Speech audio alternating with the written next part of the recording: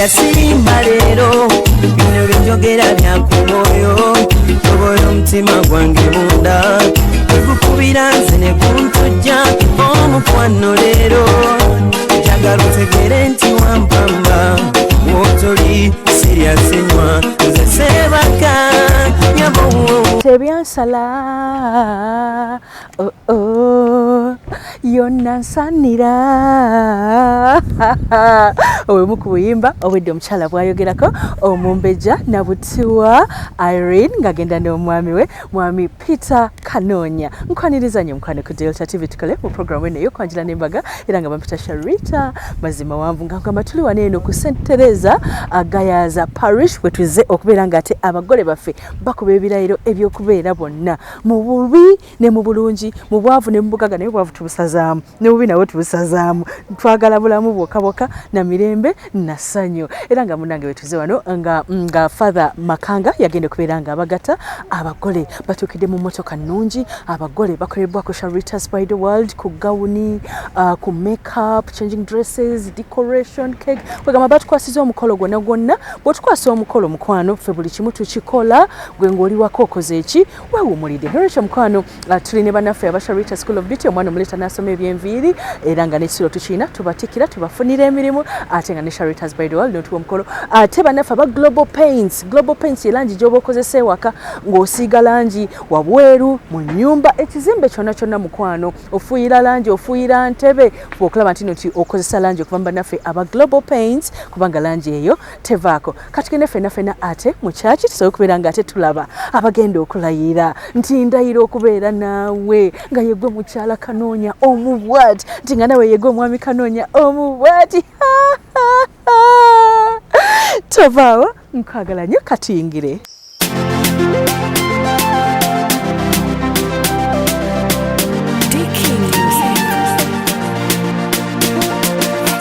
sewa kankuwe kubuji balete kachayi sewa kankuwe kachayi balete kajisi waliwo omwana kwensula ndogotana zenga sebaka analalira waliwo olusi wemulaba nabula nengugumuka nensisimuka nemambya olusegenda nesala ngandyawo ekyokola nekibula olunaku luziba ne luggwako nga ndyabo mumesinga besimulabye mbanga omulogi zibula tudde kamunoonyeko nindolindaba wendikulaba balitulaba nga tuli ku mbaga nindolindaba wendikulaba balitulaba nga tuli ku mbaga amasanyalaze go baby nze gankubye mbulira kati onolya kati ninawe mbagala ninawe amanyige ninawo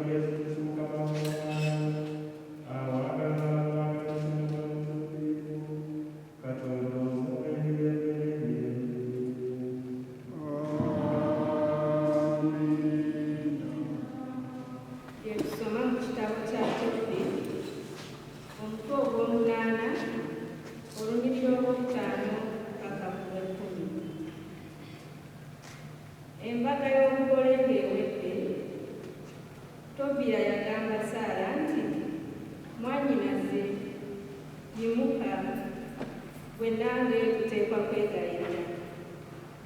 Tusabe Mukama waffe tufune enneema ye era ye atukume. Saala n'ayimirira, bombi ne beessa mu kwegayirira nga basaba okukuumibwa. Yasooka bw'ati: Ayi Katonda wa bajjajjaffe, oli wa kitiibwa, n'erinnya lyo lya kitiibwa, ligulumizibwe emirembe gyonna. Eggulu likugulumize n'ebintu byonna bye wakola emirembe gyonna.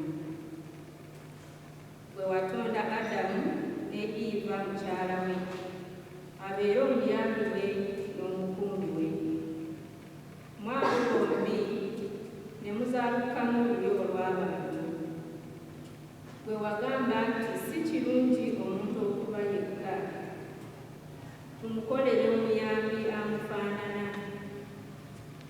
Awo nno kati nze okutwala mwannyinaze oyo sigenderera kugobereramu matu. Kino nkikoze n'omutima omugolokofu. Mukwatirwe nno ekisa omusaasire, era nange onsaasire, fembi otuwangaaze tutuuke mu bukadde obwegombebwa. Bombi ne bagamba nti amiina, amiina. Kikulu anti tegeeza kino ekya Kristo n'Ekereziya. Essomo eryokubiri bye tusoma mu bbaluwa Pawulo omutume gye yawandiikira Abefeezi. Abooluganda, mu bulamu bwammwe mwagalanenga, nga mulabira Kristo nga bwe yatwagala ne yeewaayo okubeera ffe. Buli omu agonere munne mu kya Kristo. Abakazi muwulirenga bambammwe nga omuwulira Omukama, kubanga omusajja gwe mutwe gw'omukazi nga Kristo bw'ali omutwe gw'Ekereziya. Yennyini ye mulokozi w'omubiri gwe, era ng'Ekereziya bw'atwalibwa Kristo, n'abakazi bwe batyo batwalibenga babbaabwe byonna. Abasajja mwagalenga bakazi bammwe, era nga Kristo bwe yayagala Ekereziya ne yeewaayo okubeera ye okumutukuza, ng'amunaaza n'amazzi ko n'ekigambo ky'obulamu, alyoke yeefunire Ekereziya ow'ekitiibwa ataliiko bbala na kamogo, newandibadde akantu akalala k'engeri eyo, naye abeere mutukuvu nga taliiko kasoge. N'abasajja bwe balagirwa okwagala nga bwe batyo bakazi baabwe, kyenkana ng'emibiri gyabwe. Ayagala mukazi we nga yeeyagadde yennyini, kubanga edda n'edda lyonna tiwabanga akyawa mubiri gwe, naye aguliisa, agujjanjaba nga Kristo bw'ali owa Ekereziya, anti ffe tuli bitundu bya mubiri gwe, bya nnyama ye, bya magumba ge. Omuntu kyaliva aleka kitaawe ne nnyina n'anyenda omukazi we ne babeera bombi mu mubiri gumu. Ekyamagero kino kikulu, anti ntegeeza kino ekya Kristo n'Ekereziya. Kale buli muntu mummwe ayagale mukazi we nga ye bwe yeeyagala. naye omukazi atyenga bba. Ebyo Omukama yabyogera.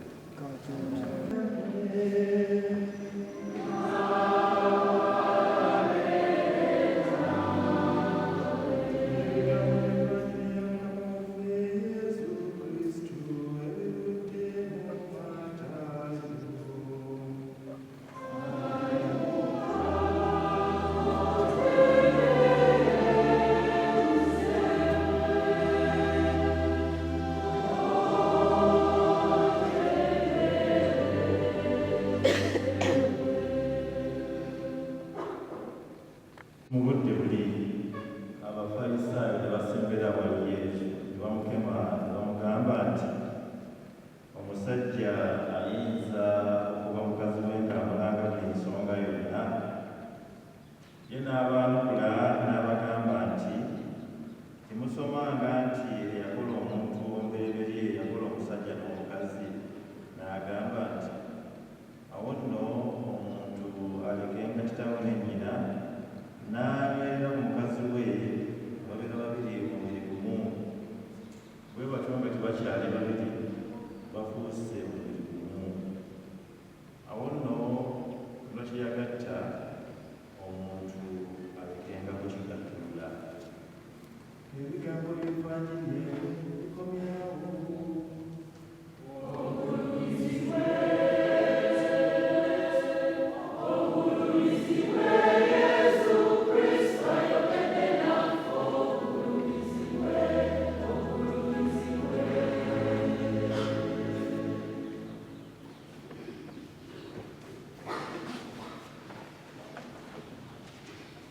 Nziramu okubaaniriza abasajja bannyamu, yaniriza nnyo abagole bano, Omwami Peter ne Irene, yaniriza nnyo bonna abooluganda abajulizi olubiri olw'omwami n'olw'omukyala, ate yaniriza nnyo mikwano gye, eggwanga gyabwe abazze.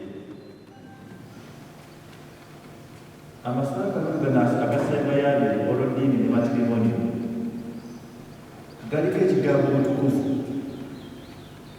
Matrimoni entukuvu, holy matrimony, ndoza omuseso jatuyambamu okubayimiriza olutta. Holy matrimony, matrimoni ekiki?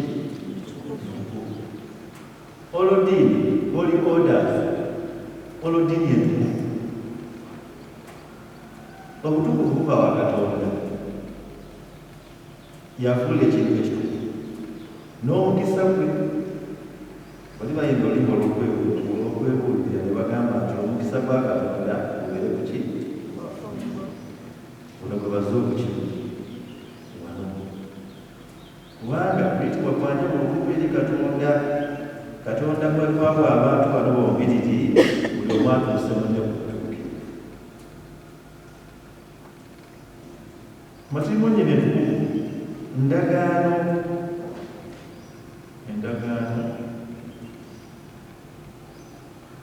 contract kyeki? Ndagaano, ate covenant.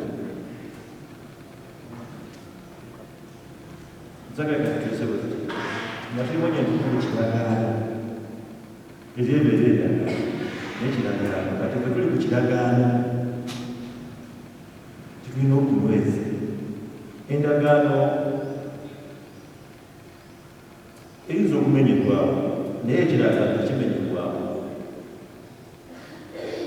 kubanga kibaanye Katonda waffe. Awo nno mikwano gyange wano Peter ne Irene, Omukama akoola okuwulirizanga ne babiri. Endagaano yammwe eno yakubeerera paka Omukama ye lwabaawukanya, ate mu kwawukana okw'okufa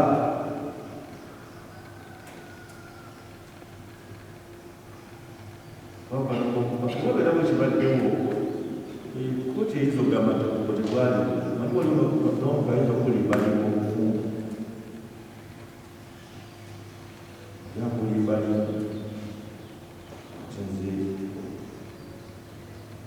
ekyamagero kino kikulu ntegeeza ekya Kristo ntegeeza kyetulabira mu baana abatoli awatali kulimbalimba munne. Era Kereziya bw'azuula nti oli alimbalimba munne obufu, kyava agamba tebwaliwo, tagamba nti lusoma kya divorce, okwawuka. Divorce okwawuka ate okuno bakaba kaseera buseera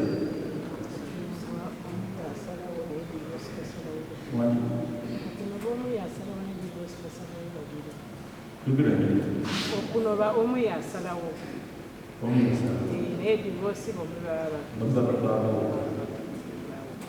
toliyo divorce nesinga Kereziya azula nti oli alimbalimba munne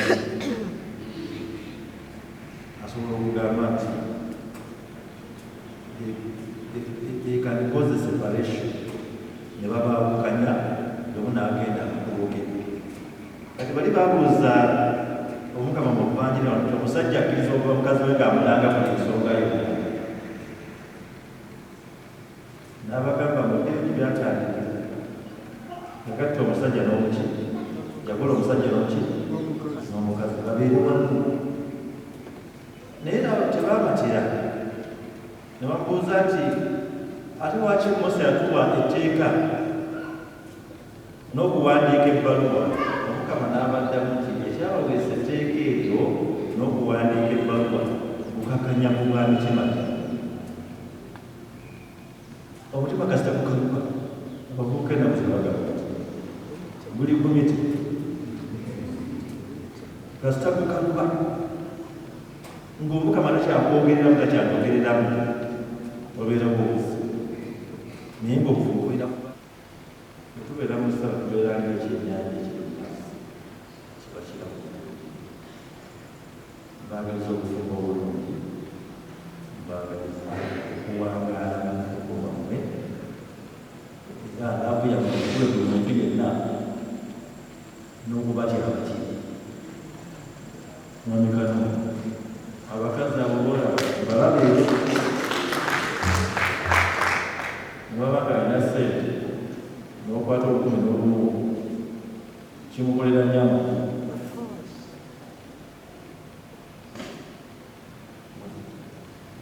Mubatwaleko ne kawuto, mutwaleko ne kawuto. Oyagakanye nyabo ayire naye bajja kutwalako kawuto, bajja kuwanya ssente nawe oli muwulize onakakanyala nogati onatwekanakana bajja kwesa ezekanakana ebisente zibaki zaka omusajja asigala musajja wakafunikwe gwamaka wekenya sekonota waniseba oli mukazi wesuneko bwesuni bangi beekonga okubeera nga bwoli tebakifuna mwani tubeera mwetobaze okubeerera ennyimbo z'abakazi ku kyalo olidde obufumbo bw'abalidde katonda yewe okusatu okyalaba okwanjula n'embaga